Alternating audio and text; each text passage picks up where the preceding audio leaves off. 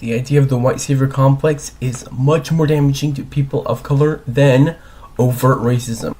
This is shown in both movies when white people are trying to help minorities, but end up doing more damage to them.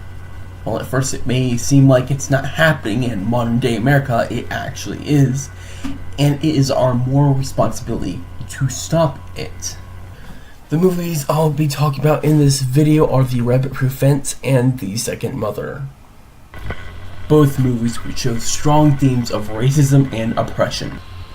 The Second Mother is about Jessica, who is a maid for her employer Donna, and she asks her if she can bring her daughter over to live with them for a while.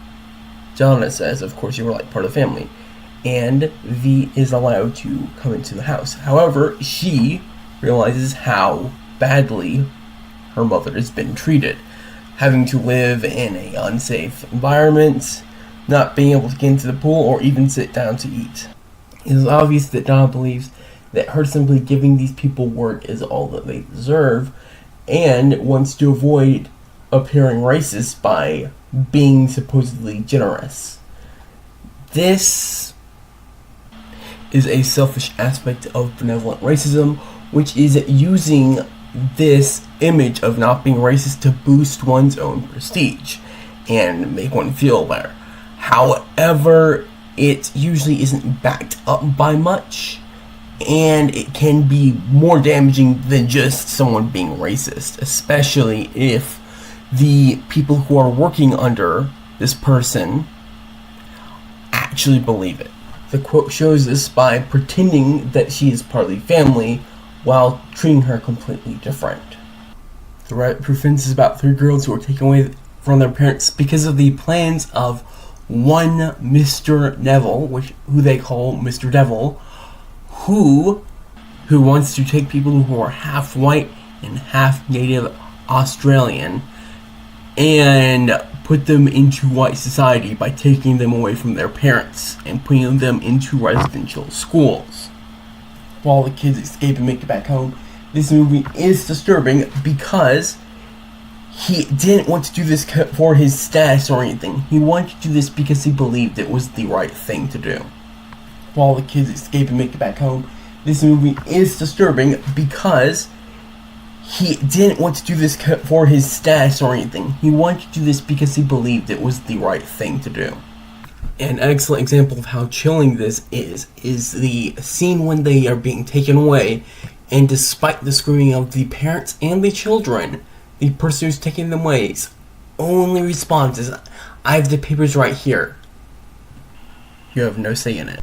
This character shows how dangerous someone ignoring the dangers of a one-sided story can be, due to the fact that the only reason he has these views in any way, shape, or form is that he never even thought about looking at it through the eyes of the native Africans. Honestly, one of the best ways I've heard the effects of these residential schools described is the quote on the screen above.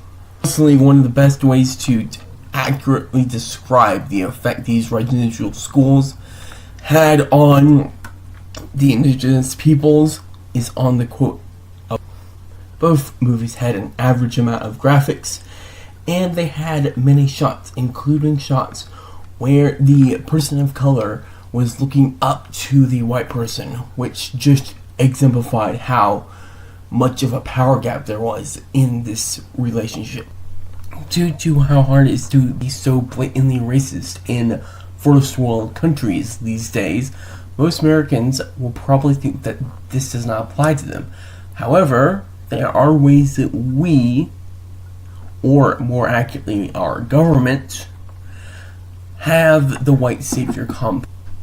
Mr. Smith says the greatest fear of gentrification is that it will take away the homes of low-income individuals, due to the fact that the stated goal of many gentrification projects is to bring the lower class up and improve their neighborhoods. Is obvious this is a white savior complex that is just damaging the native community, due to the fact that The stated goal of many gentrification projects is to bring the lower class up and improve their neighborhoods. Is obvious this is a white savior complex that is just damaging the native community. Mr. Smith says the greatest fear of gentrification is that it will take away the homes of low-income individuals.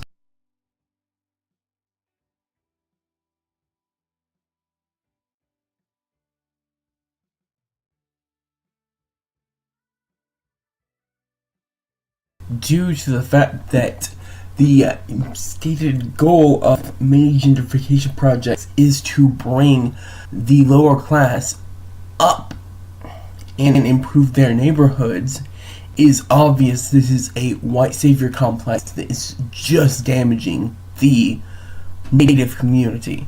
While Ernest Owen's suggestion of placing people of color into positions of government instead of white people may seem racist at first, this suggestion would probably reduce the amount of accidental white saviorism, which is so damaging to minority communities. While at first Ernest's suggestion of placing people in